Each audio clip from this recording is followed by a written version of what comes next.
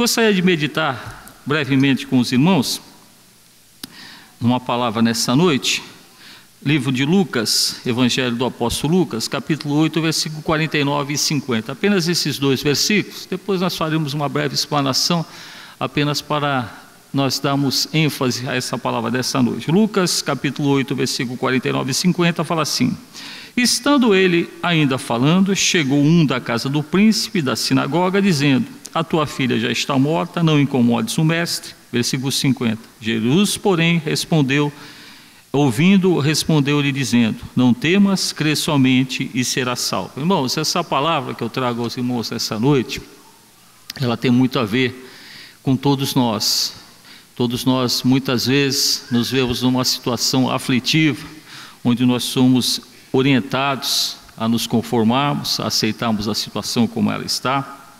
Então essa mensagem, ela talvez venha ao teu coração nesta noite, para você que chegou aqui nessa noite e falou: só estou sem forças para continuar, minhas forças se extinguiram, não tenho mais força. Essa palavra tem essa finalidade, de ir no teu coração e falar: não, ainda não é um momento de você desistir, ou melhor dizendo, nunca será o momento de desistir, porque nós temos uma esperança viva, nós não temos uma esperança do mundo, nós temos uma esperança viva, uma esperança perpétua, que será concretizada com a volta de nosso Senhor Jesus Cristo. Então aqui, esse texto, ele é repetido, essa narrativa ela é repetida nos evangelhos de Marcos e de Mateus, e de Lucas aqui também. Então são duas passagens que nós temos nesse milagre de Jesus. Um é da mulher com fluxo de sangue, e tem a filha de Jairo aqui, nesse sentido. Então eu gostaria de trazer aos irmãos, assim de maneira bem breve, 3 verdades absolutas que nós encontramos aqui na Bíblia. Então é sempre bom quando nós falamos verdades absolutas. Por que nós falamos verdade absoluta quando falamos da Bíblia Sagrada? Porque a Bíblia Sagrada, ela não tem meias verdades, ou não tem uma verdade discutível. O mundo, ele apresenta verdades discutíveis, não é verdade? Fazendo uma pegadinha nisso. O mundo apresenta verdades que na realidade são verdades discutidas. Elas são verdades hoje, amanhã pode ser mentira. Nesse sentido, a Bíblia não. Ela sempre apresenta uma verdade absoluta, uma verdade inquestionável, uma verdade que vai se cumprir, porque se não são palavras de homem, sim palavras de Deus. Nós sempre falamos que o interlocutor entre os homens e Deus é o Espírito Santo, que também é Deus na sua terceira pessoa. Então são as próprias palavras de Deus. E nesses textos aqui que nós verificamos, nós encontramos 3 verdades absolutas. Se nós lêssemos aqui o versículo 41, nós iremos identificar aqui quem era Jairo. Fala que Jairo era um varão de nome, que era príncipe da sinagoga, e prostrando-se aos pés de Jesus, rogava-lhe que entrasse em sua casa, porque tinha uma única filha, quase de 12 anos, que estava à morte. Então o que nós entendemos aqui? No versículo 41, nós vemos uma pessoa de posição, não era um qualquer, fala um príncipe da sinagoga. Então quando se fala um príncipe da sinagoga, essa denotação de príncipe nessas narrativas quer dizer um dos principais da sinagoga. Então ele tinha uma autoridade ali na sinagoga judaica. Só que chegou num ponto em que ele não tinha mais recursos. Provavelmente, não sei se recursos financeiros, não se fala sobre isso. A mulher do fluxo de sangue se fala sobre isso, dele não, mas recursos espirituais, recursos que pudessem fazer com que aquela jovem fosse curada. Então, a primeira verdade que nós vemos nesse texto, aplicando assim de maneira bem singela, se nós lêssemos tudo aqui, nós teríamos uma aplicação enorme para fazermos nessa noite. Mas apenas com base nesses versículos, nós entendemos o quê? Que quando os recursos humanos acabam, a providência é de Deus. Quando os recursos humanos acabam, entra a providência de Deus. Então essa palavra vem para mim e vem para você nessa noite. Talvez você esteja passando por uma situação extremamente aflitiva, onde os recursos humanos cessaram. Então eu digo para você e digo para mim mesmo: onde os recursos humanos acabaram, entra a providência divina. E a providência divina, ela está aqui nesta noite para atender os nossos desejos, ou melhor dizendo, as nossas necessidades, porque nem sempre os nossos desejos são as nossas necessidades. Às vezes nós desejamos algo, mas não é algo necessário. Então as tuas necessidades hoje, elas podem ser atendidas pela providência divina. Então nós continuamos ainda nessa narrativa de Lucas, que nós lemos os 2 versículos 49 e 50, que nós também entendemos aqui o que aconteceu. Chegaram alguns amigos daquele principal da sinagoga e falaram: não incomoda mais o mestre, a tua filha está morta. Então, a segunda verdade que nós entendemos aqui: quando o homem disser para você que acabou, Deus vai dizer que não acabou, para você confiar nele. Então, nesta noite, eu digo para você essa verdade, não é a verdade minha, é a verdade da Bíblia. Se alguém disser para você: olha, está tudo acabado, Deus vai falar para você: não, eu ainda não terminei o livro, porque quem escreve o livro da vida, o nosso livro da vida é Deus, não é o ser humano, é Deus que vai assinar o nosso livro. Então, quando Ele fala para nós, quando o homem fala para nós, tudo acabou, nós podemos entender que Jesus vai dizer para nós: não, não acabou, você confia em mim, porque é o que Ele fala aqui para Jairo. O que Ele fala para Jairo? Olha, crê somente, confia em mim. Crê somente. Jairo mesmo, eu fico imaginando qual não foi a tristeza de Jairo naquele momento. Ele chega ali, os acontecimentos que ali aconteceram, Jesus parou um pouquinho ali para conceder um milagre ali, aquela mulher com fluxo de sangue, Jairo ali provavelmente preocupado com a sua filha. Aqueles pseudos amigos que o acompanhavam, de repente veio com uma notícia dessa: olha, Jairo, esquece, para tudo, porque ela já morreu, não adianta mais incomodar um mestre. A narrativa ainda fala que eles parecem que se preocupavam com Jesus: olha, não incomoda o mestre, não é verdade? Assim, às vezes as pessoas falam: o que você vai fazer lá na igreja? Não adianta mais, tudo já está acabado. Então Jesus diz: não, não acabou. E a parte final dessa narrativa, nós encontramos no versículo 54. Jesus pega na mão da menina. Depois de tudo isso, ele chega ali no local onde a menina realmente estava morta. As pessoas que ali estavam chorando, provavelmente eram as carpideiras, aquelas que eram contratadas para chorar, porque logo em seguida elas começam a desdenhar de Jesus. Quando ele fala que ela não está morta, ela apenas dorme. Jesus pega na mão da menina, levanta e faz com que ela seja ressuscitada e manda que dê alimentação a ela. Então, o que nós entendemos nessa terceira verdade? Jesus transforma um final em um lindo começo. Então, nesta noite, não é o teu final. Tenha na sua mente que não é o final, é apenas um começo.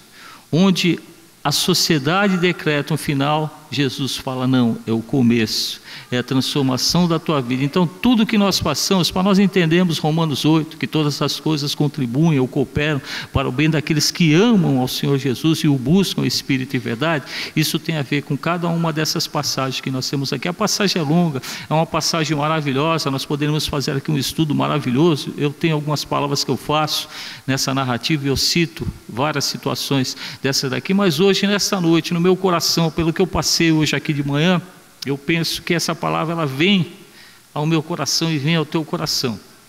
Talvez você tenha algum problema sério na tua vida e você, talvez até num determinado momento, você pense em desistir. Jesus diz para você: não, você não desista. Você apenas creia, porque deste final que o mundo decretou na tua vida, eu estou dizendo para você, é apenas um começo, mas um começo glorioso. Talvez você, como eu, não tenha começado a vida de uma forma digna assim aos olhos do Senhor. Eu vivi muito, se eu for verificar o meu tempo de vida, eu tenho muito mais tempo de mundo do que tempo de cristão, muito mais tempo de mundo. Então, num determinado momento, Deus falou: vou recomeçar a tua vida. Então a minha vida foi recomeçada, e assim como foi recomeçada a minha vida, é recomeçada também a tua vida. Então, não deixe que nenhuma semente do mal floresça no teu coração. Não deixe que os amigos de Jairo, quantos nós somos Jairos, e podemos até não ser o Jairo, mas nós temos esses amigos de Jairo. Quantos amigos já não te orientaram a deixar essa vida? Vai viver a vida. O mundo é assim. O mundo é assim. As pessoas, há um jargão popular. Isso há muito tempo atrás eu escutava no meio da minha família. Escutei isso durante muito tempo, que o que se leva nessa vida é o que se come e se bebe. Quantos de vocês já escutaram isso? Misericórdia, quanta pequenez. Se o que se leva dessa vida é o que se come e se bebe, nós não levamos nada, porque tudo aqui fica. Tudo aqui fica. O que nós levamos desta vida é a graça e a misericórdia de nosso Senhor Jesus Cristo, que nos dá a vida eterna.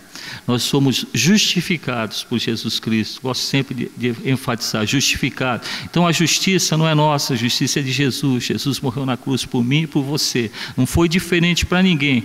Ninguém aqui é mais pecador ou menos pecador um do que o outro. Paulo que se considerava o maior dos pecadores, mas isso é para fazer uma ênfase daquelas pessoas que se julgavam boas. Então a misericórdia nos atingiu, e essa misericórdia é aquilo que Deus deveria ter feito em nós, Ele não faz, porque Ele tem misericórdia. Então nós já temos a justiça e a misericórdia, e por fim a graça, era aquilo que nós não merecemos e Deus faz por nós. Então nessa noite, você está aqui não por mérito seu, você está aqui pela graça e pela misericórdia de nosso Senhor Jesus Cristo. Então usufrua dessa graça e dessa misericórdia. Deus nos coloca à disposição essa graça, essa misericórdia. E o que nós precisamos para isso?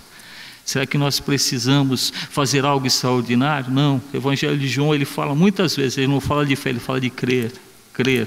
Jairo, creia. A tua filha não está morta, creia, Jairo. E Jairo creu, e ao final o que aconteceu, o final que seria um final assim, um final de tragédia, a morte da pequena jovem de 12 anos se tornou o quê?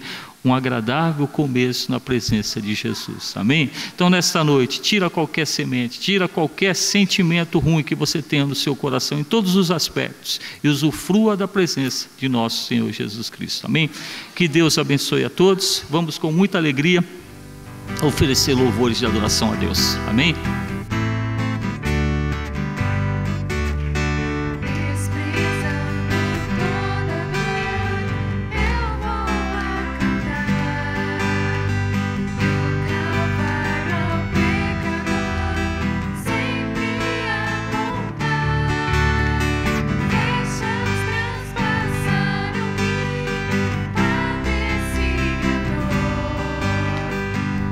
Jesus, minha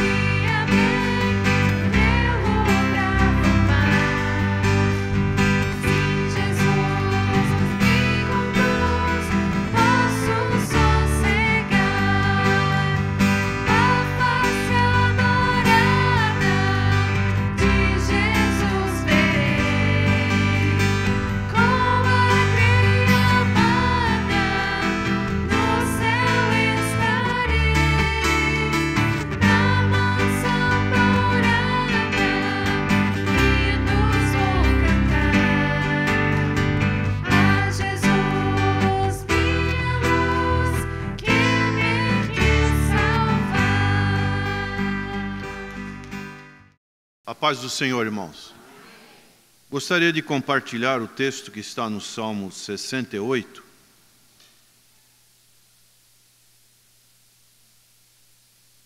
Salmo 68, o verso 6.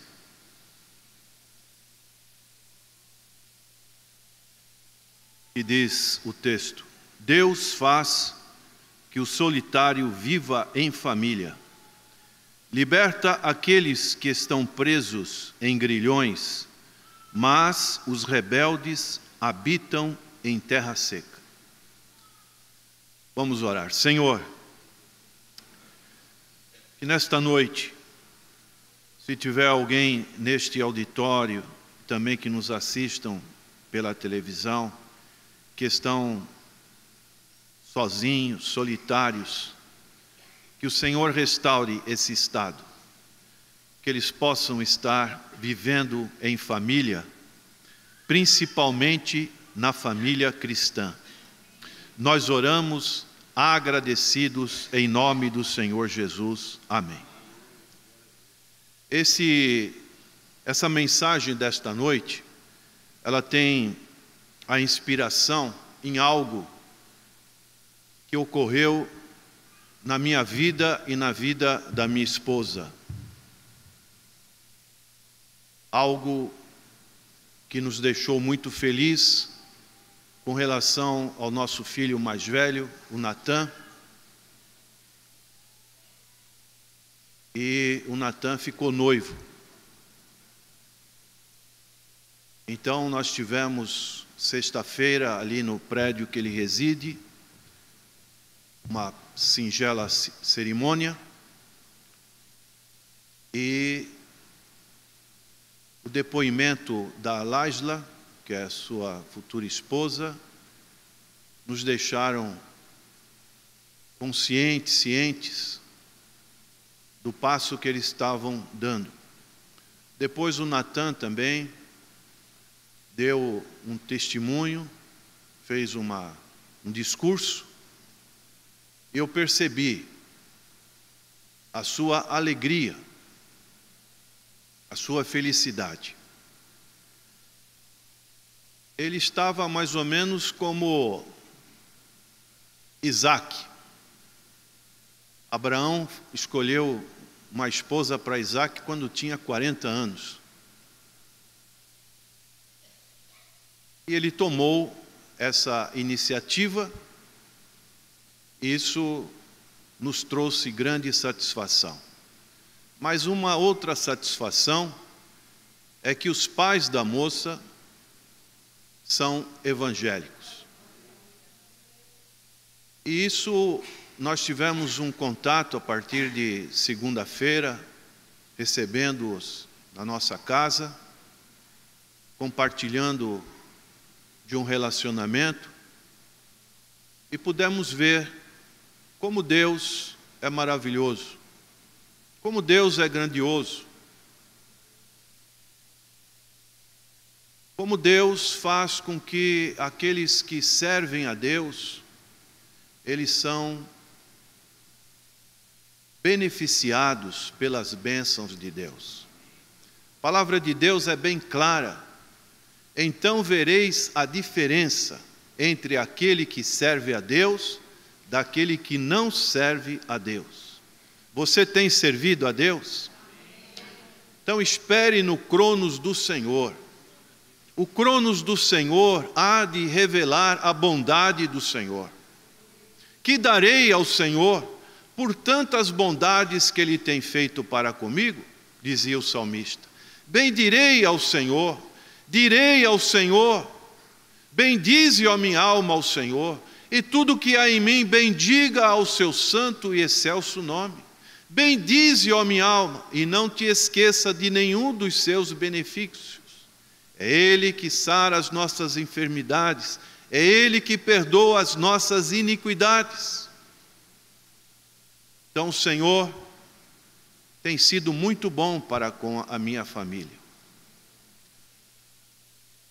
Essa igreja, ela foi formada pelo pilar do Senhor Jesus Cristo. eu edificarei a minha igreja. Para mim, era muito mais fácil estar servindo alguma outra igreja, mas me senti levado a este desafio.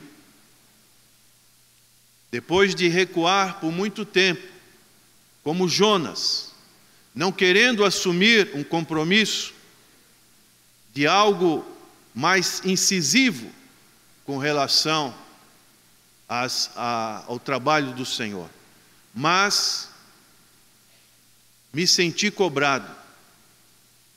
Então, a grande inspiração que Deus nos deu para que pudéssemos estar realizando esta obra do Senhor foi a restauração do meu lar, da minha casa. O Senhor foi bom para comigo. E assim como o Senhor edificou o meu lar, eu tinha que retribuir ao Senhor. O que poderia retribuir ao Senhor? Então esse foi o grande motivador do meu coração, desejo do meu coração de retribuir o muito que o Senhor tinha me proporcionado. Passamos por dificuldades, por circunstâncias nesta vida, mas essas circunstâncias que parecem desfavoráveis, elas podem ser o motivo da inspiração que nos leve a fazer algo concreto ao Senhor. Então isso foi o motivo que me levou a este grande desafio, porque essa igreja é como um filho para mim, é como uma filha para mim. Essa igreja, ela representa tudo aquilo que o Senhor tem nos proporcionado de bem. Uma outra coisa que estava paralela, caminhando lado a lado, foi o meu pai. Meu pai, eu queria que ele estivesse próximo de mim. E dessa maneira, a questão era, será que ele vai querer ficar comigo? Essa era uma outra situação.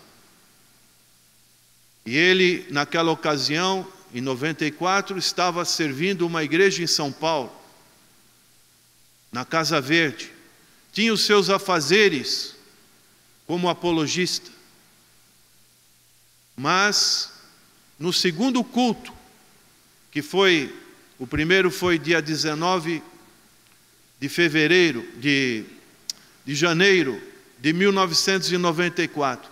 O segundo culto foi dia 21, que foi o aniversário do Natan. Ele já estava presente, mas ele estava um tanto que indeciso. Precisou que a minha mãe dissesse para ele: Natanael, você tem ajudado tantas pessoas, por que agora não ajuda o teu filho? E assim temos caminhado. O Natan, ele tinha mais ou menos 6 anos de idade. O Lucas, 6 meses de colo. E assim, esses 2 meninos acompanharam, nesses 22 para 23 anos, toda o nosso envolvimento com a obra do Senhor. Mas o Natan, quando ele estava na época da faculdade, ele foi estudar em Campinas. E quando ele começou a residir em Campinas, a vida dele espiritual foi se esfriando. Ele foi paulatinamente se afastando do Senhor. E esse afastamento tem perdurado até os dias de hoje. Ele é um bom filho, ele se formou, posso dizer que ele é um excelente profissional. Deus tem um moço de responsabilidade, sem vícios, um bom filho, um bom profissional, um bom caráter. E agora ele encontrou o amor da vida dele. Mas o que me chama a atenção é que nesse tempo todo que ele estava longe de Deus, se ele estivesse na igreja, o certo seria ele estar com um namoro com uma moça da igreja. Ele encontrou uma moça que os pais são evangélicos. Ela também foi criada e influenciada pelo Evangelho de nosso Senhor e Salvador Jesus Cristo. Então eu li esse texto para eles, na sexta-feira agora, dizendo para eles que por mais que eles possam se amar, sentir um sentimento mútuo entre eles, eles têm que convidar o Senhor Jesus Cristo a participar desta futura união. E eu percebi na vida dele que existia uma alegria muito grande naquele momento, nas declarações e no comportamento que os dois tiveram. Uma das coisas mais difíceis é que uma pessoa solitária, uma pessoa na solidão.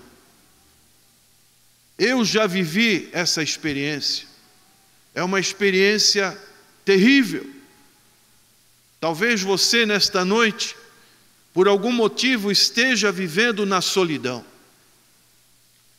Uma das principais causas do suicídio é a solidão. Das 7 causas que existem, a solidão é a mais forte. 3.000 pessoas praticam a solidão, a auto-morte em suas vidas. Então é algo terrível. E essa expressão no hebraico do solitário é yashid, que significa unir, estar só ou solitário. Deus une as famílias ou coloca o solitário numa família que o amará como se pertencesse a ela. Então a família é um projeto de Deus. A igreja é formada por várias famílias, vários projetos de Deus. E na sociedade israelita, nós vemos que naquela sociedade, a família era o centro da sociedade. Aqueles que viviam fora de sua estrutura viviam sozinhos e com frequência necessitados.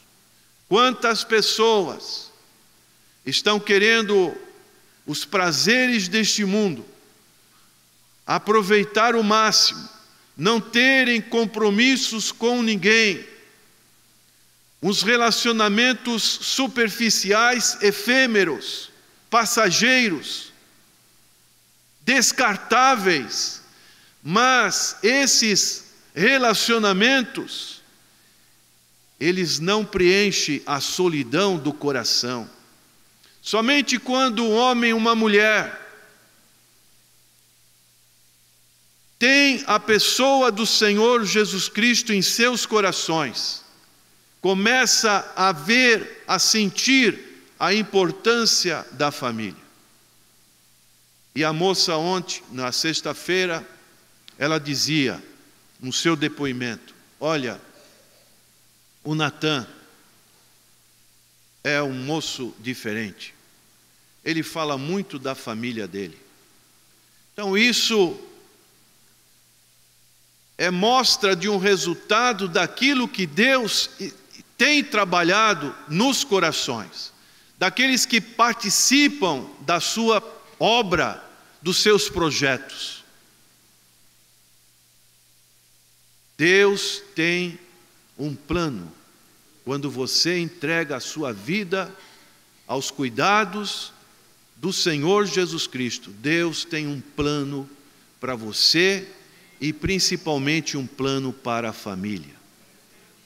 Nós sabemos que a salvação é individual,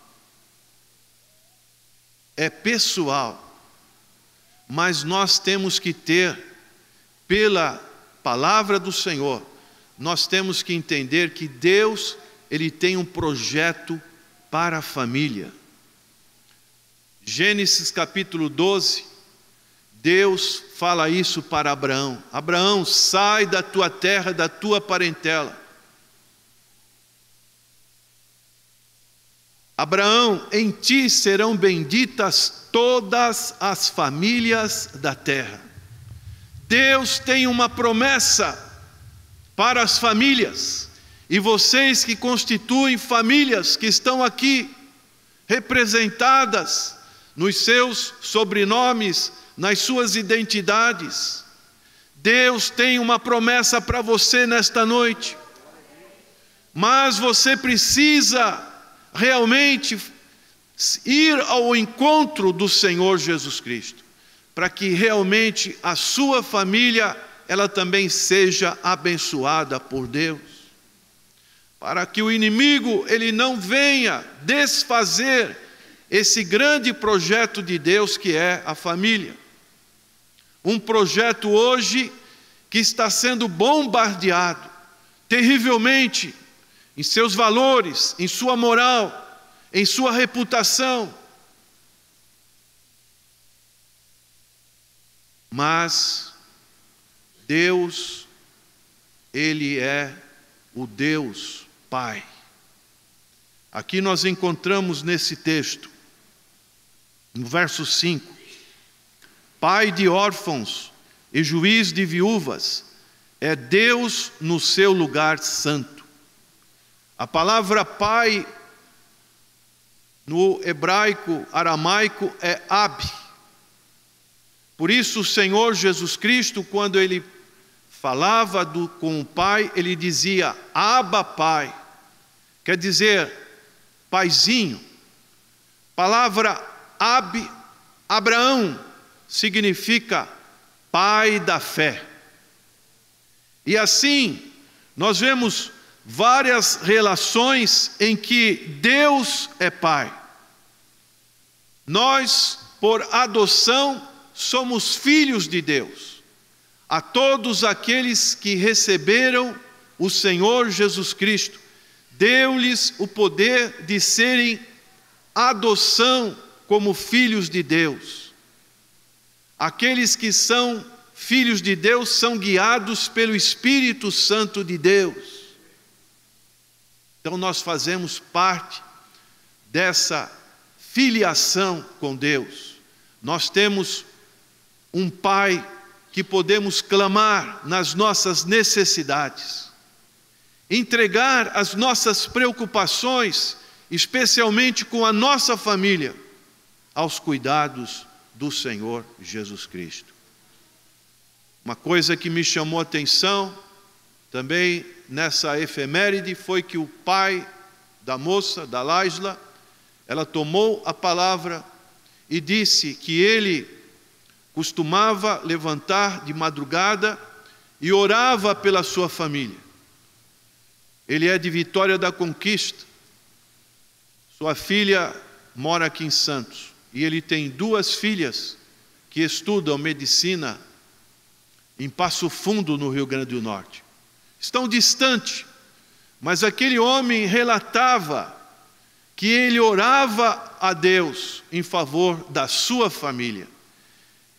E dessa maneira, nós percebíamos também na família da Laisla uma grande alegria, porque a sua filha agora estava dando este passo tão importante de constituir também família e ter uma outra família aonde ela podia ser acolhida. Então, irmãos, isso é muito importante. Este salmo, ele fala sobre este fato tão necessário. Deus faz com que o solitário, ele viva em família. A família, ela tem na sua influência para com Deus algo de promessa da parte do Senhor. Quando uma pessoa, ela se entrega nas mãos do Senhor, com certeza, o seu cônjuge, que não é da mesma fé, a sua família, que não é da mesma fé, esses cônjuges com certeza vão ser influenciados. Eu creio nisso. A palavra de Deus, ela nos mostra isso. Isso tem acontecido na minha vida. Por isso eu estou aqui para testemunhar, para agradecer a Deus por essa grande bênção. Poderiam ser pais diferentes, pais do mundo, pais que não tivessem fé nenhuma, mas Deus foi bondoso para comigo. Meu filho não tem essa percepção espiritual, eu sei disso. Ele está fazendo algo físico, algo humano, algo sentimental. Quiçá um dia Deus abra o entendimento dele e ele possa enxergar que tudo isso que está acontecendo na sua vida é um projeto de Deus, é o tempo de Deus, e ele possa então estar em conexão com esse tempo de Deus, para que ele realmente continue na sua vida familiar, se o Senhor não voltar, que essa bênção tão maravilhosa, como Deus abençoou a casa de Obed-edom, o giteu. Por quê? Porque Obed-edom, ele deixou com que a arca do concerto, a arca da aliança, estivesse na sua casa. E em 3 meses a arca do concerto ficou na casa de Obed-edom. E diz a palavra do Senhor que o Senhor abençoou a casa de Obed-edom. Aleluia. Se você leva o centro de adoração de Deus para a sua casa, para o seu lar, com certeza Deus vai abençoar a sua família. Você que tem preocupações com seus filhos, com seus parentes, saiba, ore ao Senhor, porque Deus abençoa a família, através da sua vida, através da responsabilidade espiritual, principalmente para os homens, que são verdadeiros sacerdotes do Senhor, em suas orações, em suas súplicas, em favor dos seus filhos, dos seus parentes, Deus honra esta oração. Atos capítulo 11, quando Pedro se justificou diante da igreja em Jerusalém, por que, Pedro, você foi falar aos gentios? Falando da casa de Cornélio. Nós sabemos, Atos capítulo 10, Deus incomodou Pedro para que fosse à casa de Cornélio. E ali, Pedro teve que vencer seus paradigmas judaicos, porque como um judeu iria se apresentar na casa de um gentil? Cornélio era um centurião romano, mas ali, a Bíblia fala que Cornélio, ele diariamente oferecia orações a Deus e era uma pessoa caridosa que ajudava os outros. Deus ouviu aquelas orações e Pedro foi dirigido pelo Espírito Santo à casa de Cornélio. E sabe o que aconteceu? Cornélio se entregou ao Senhor e com ele toda a sua casa, diz a palavra do Senhor. Então Deus, ele tem um projeto para a família. Atos capítulo 16, verso 30, nós encontramos ali quando Paulo e Silas estavam naquele cárcere em Filipos, houve aquele terremoto. As cadeias que prendiam Paulo e Silas se romperam. O carcereiro quis dar cabo à sua vida. Paulo disse: não faças tal coisa. Nós todos estamos aqui. E aquele carcereiro clamou pelo Deus de Paulo e Silas: Senhores, que farei para ser salvo? Paulo e Silas responderam o quê? Crê no Senhor Jesus Cristo e serás salvo tu e a tua casa. Aleluia! Quando nós cremos, quando nós estamos na fé da pessoa do Senhor Jesus Cristo, o Senhor, através de nós vamos ser um veículo para levar a salvação também para os nossos familiares. Então você é um instrumento, irmão. Não desista de orar, não desista de interceder pelo seu lar, pelos seus filhos, porque um dia determinado por Deus, Deus há de operar essa maravilha que é a salvação. Algo que somente Deus pode operar através do Espírito Santo. Não é algo religioso, não é formalidade, mas é algo que vem do Espírito de Deus dentro de nós, que faz com que nós sejamos levados a uma decisão ao lado do Senhor Jesus Cristo. E aqui, nesse salmo, nós encontramos que o salmista, ele dizia, um salmo que tem uma aplicação com o livro de Juízes, no capítulo 5, o Cântico de Débora. Esse salmo tem paralelismo com esse cântico. Vários versículos são paralelos com a vida de Débora, que foi uma espécie de juíza no tempo dos juízes. E assim, nós vemos que o salmista levanta esta canção, esse cântico de louvor, não somente no tempo de Débora, mas também no tempo em que o povo de Israel estava caminhando no deserto, indo para Canaã celestial, para Canaã terrena. E aqui no verso 1 ele diz: levanta-se Deus, e sejam dissipados os seus inimigos, fugirão de diante deles os que o aborrecem. Levanta-te, Deus, nesta noite, diante desta vida que está aqui, talvez solitária, o Senhor quer levantar na sua vida, aleluia. Quer com que você saia deste lugar nesta noite totalmente diferente, totalmente mudado em seus conceitos espirituais, crendo na palavra do Senhor. Então, o salmista, ele faz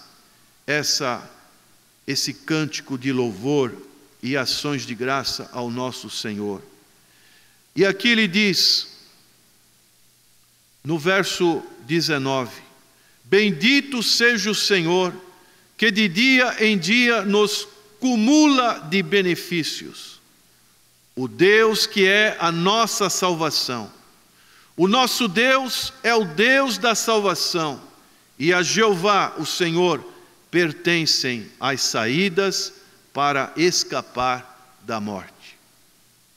Deus quer com que o solitário ele viva em família. E nós, conforme o apóstolo Paulo, em Efésios, capítulo 2, os versos 18, nos diz a respeito desse importante assunto que estamos abordando nesta noite. Diz o capítulo 2 de Efésios, verso 18: porque por ele, falando do Senhor Jesus, ambos temos acesso ao Pai em um mesmo Espírito, assim que já não sois estrangeiros, nem forasteiros, mas concidadãos dos santos e da família de Deus. Amém, irmãos? quando falamos em famílias de Deus, nós sabemos que às vezes existem algumas diferenças, e é normal entre nós. Como não acontece numa família de um irmão, uma irmã, às vezes, ter qualquer atrito, isso é comum. E nós, como povo do Senhor, como família de Deus, como nos reunimos em várias pessoas aqui, às vezes podemos ter circunstâncias que criam desavenças, mas essas desavenças, elas precisam ser expurgadas do nosso meio. Através de que maneira? Quando nós nos esvaziamos de nós mesmos. Quando nós olhamos para o Senhor Jesus Cristo, como ontem tivemos aqui o irmão falando sobre o texto de Filipenses 2, 21. Que cada um não considere o que é próprio, mas considere aquilo que é de Cristo.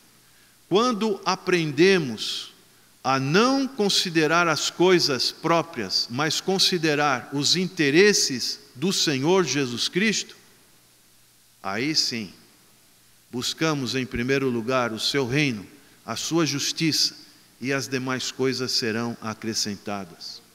Mesmo que tenhamos razões para o bem da família espiritual que constitui a igreja do Senhor, nós devemos abrir mão das nossas razões, dos nossos direitos, podemos assim dizer, para que o bem da família espiritual de Deus, que constitui a igreja do Senhor, ele prevaleça em nosso meio.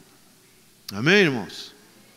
Para que a história da igreja ela possa continuar influenciando vidas. E assim, com certeza o Senhor tem uma bênção para cada um de nós. A pergunta que fazemos e o desafio que fazemos nesta noite: você está solitário? Você está vivendo na solidão?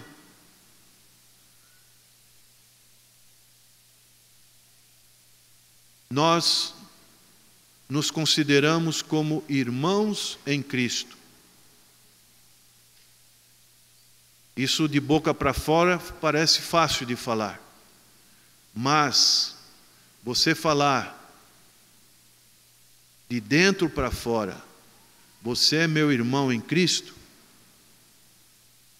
você precisa ter o Espírito Santo de Deus. Você precisa ser modulado por Deus, quebrantado por Deus, para que realmente essa comunhão, essa maravilhosa unidade espiritual, ela possa ser uma continuidade daquilo que o Senhor tem feito nos nossos lares. Nós sintamos o prazer, a satisfação, assim que ficamos felizes com passos que os nossos filhos deem, assim também, espiritualmente falando, nós fiquemos alegres, satisfeitos, quando o Senhor opera na vida dos nossos irmãos, quando os nossos relacionamentos de irmandade, eles estejam realmente calibrados pelo Espírito Santo de Deus. Ó Senhor, opera neste lugar. Operando eu, quem impedirá? Ninguém pode impedir o agir do Espírito Santo de Deus. A força do Espírito Santo de Deus, ela é mais forte do que qualquer oposição. Eu tenho aprendido isso. Eu tenho entregado as preocupações para Deus. Senhor, somente o Senhor pode resolver certas circunstâncias. Não cabe a mim ficar interferindo. tenho que agir certos momentos, mas a gente aguarda, ora, e o Senhor age.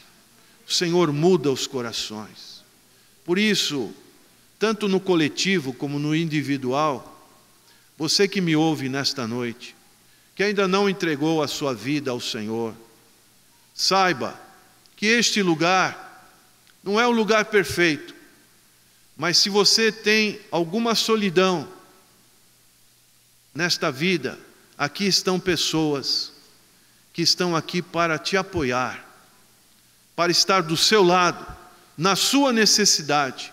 E eu creio que tem aqui pessoas que são verdadeiros irmãos em Cristo Jesus, que têm estado na sua fidelidade, na sua lealdade a Cristo e aos irmãos que compõem a igreja. E assim nós temos caminhado e vamos continuar caminhando até a volta do Senhor Jesus Cristo. Amém, irmãos? Se tem alguém que está solitário e que nesta noite quer sair desse estado de solidão e quer ter a alegria do conforto, do consolo do Espírito Santo de Deus, se você deseja isso, se não fez, levante a sua mão e nós vamos orar pela sua vida. Intercedemos agora, lançamos uma corda, um caibro, para que você possa se segurar, uma boia de salvação que é o Senhor Jesus Cristo, para que você se agarre ao Senhor Jesus Cristo e possa sair dessa situação que a vida tem colocado você. Assim aconteceu comigo. O Senhor lançou a sua boia e eu me agarrei. Oh, aleluia! E o Senhor tem sido bom. O Senhor tem sido benigno. Tem alguém que está solitário, que precisa da presença do Senhor na sua vida, que precisa de pessoas que estejam do seu lado nesses momentos difíceis. Este é o momento. Abaixe a sua cabeça, vamos ter um momento de oração.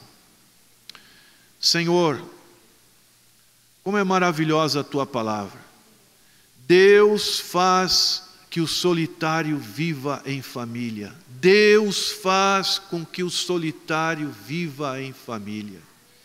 Ó Deus, como é bom podermos chegar no nosso lar, termos o amor dos nossos familiares, os cuidados dos nossos familiares.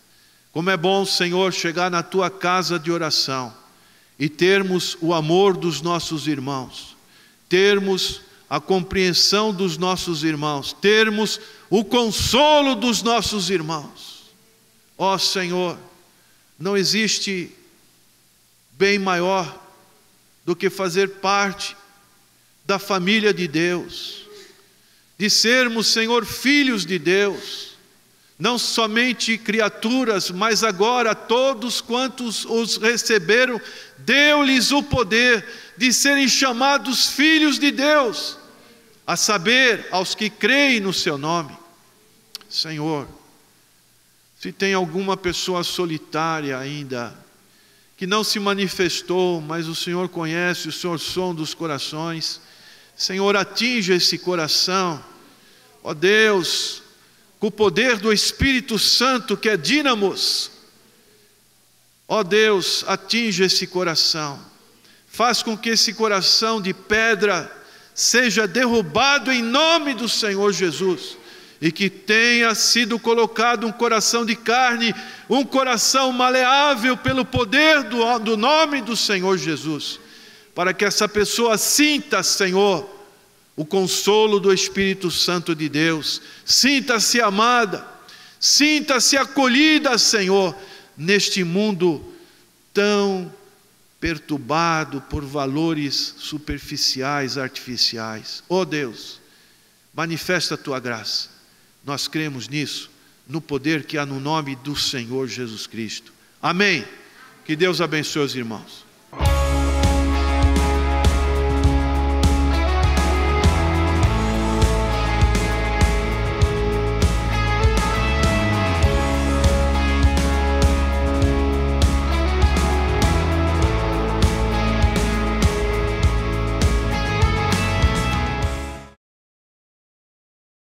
Do dia 9 a 14/10 será realizado na Igreja Evangélica da Paz o 12º Seminário Apologético Pastor Natanael Rinaldi.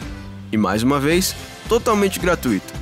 Será um total de 14 palestras ao longo desses 6 dias, como o inferno na visão das seitas, o controle mental das seitas, ideologia de gênero e imortalidade da alma. Vou citar aqui alguns palestrantes: Pastor Natanael Rinaldi Filho, Pastor João Flávio Martinez, Pastor Paulo Sérgio Batista e Pastor Paulo Cristiano da Silva. É claro que terão outros palestrantes, mas para mais informações ligue 3232-4337.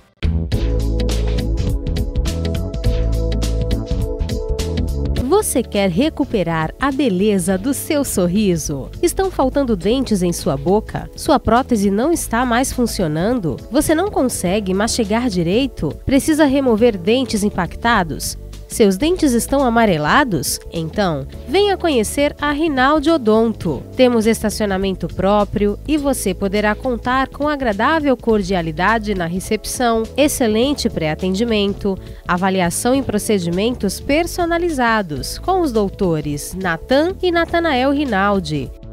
Processos de implantes, extrações e cirurgias, tudo com aparelhos de última geração. Nossa satisfação é ver você feliz, com um sorriso bonito e saudável. Venha conhecer as nossas clínicas. Acesse www.rinaldiodonto.com.br. Telefones na Clínica 1 3233-2540, Clínica 2 3203-2464. Na Rinaldi Odonto, você recupera a beleza do seu sorriso.